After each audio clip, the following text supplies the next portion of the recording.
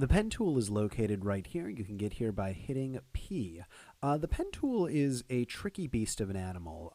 At its very basic, you click and drag, and in between that, you get whatever shape you want. I'm not exactly sure what shape I want right now, so we're just going to go with this.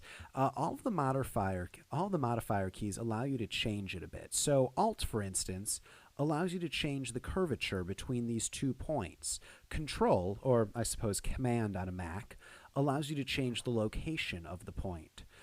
Shift allows you to start a new shape, so we're going to ignore that for now.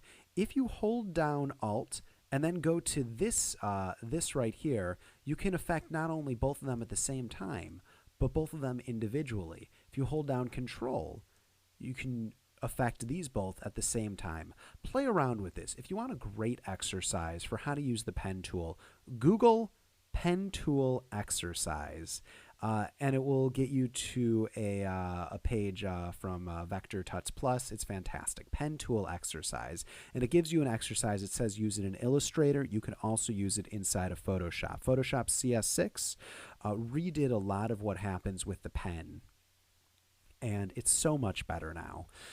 If you hover over it, notice the cursor. If you hover over the line, it allows you to add more points. And if you hover over points, it allows you to subtract them.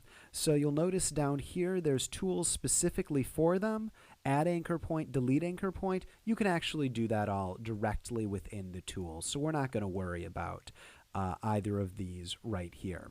Freeform pen tool allows you to just kind of click and drag and create a shape.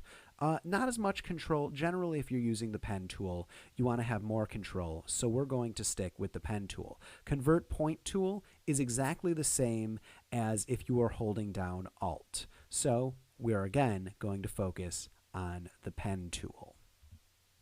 So what can you do with this shape right here? There's a few things. You can change it into a shape, and that just makes a shape out of your shape. Also, you can change it into a mask. So let's say we have something like this, and we spend a bit of time creating a shape around this. For a lot of people, the pen tool is their favorite thing to use selection. They don't use quick mask. They definitely don't use lasso. They use pen tool, and I have to say, notice how I'm holding down spacebar in order to move the canvas in the middle of using the pen tool. And I have to say, look at that wonderful double chin. I have to say, in Photoshop CS6, the pen tool has finally entered its own space inside of Photoshop.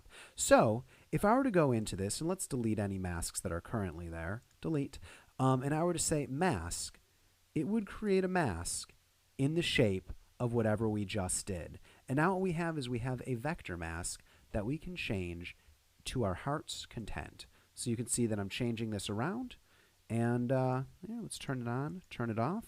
There we go, turn it on, turn it off. Let's go right here and affect the mask, and we're able to change this mask right here.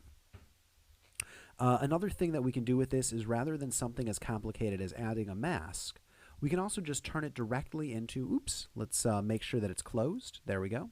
We can turn it directly into a selection. So there we go. We went from having a working path, and go to the path tool in order to see your working path into a selection. So there's all sorts of things that you can do with this. I am clearly just scratching the surface, but I'm trying to make it so all of these aren't 15 minutes long. That's a good introduction to some of the things you can do with the pen tool. One more thing.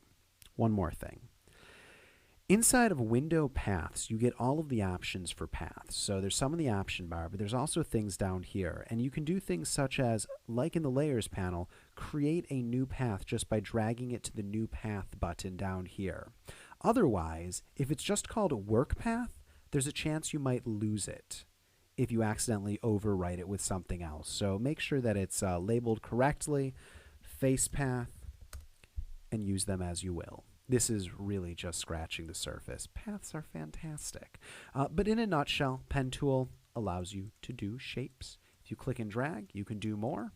And if you hold down Alt, all sorts of options. And if you right click, it's essentially the same options that are inside of the option bar. For the full 4-hour Photoshop crash course, click on the link below. And to get more of the tools, just click on this link inside of the video itself. Thanks for joining me.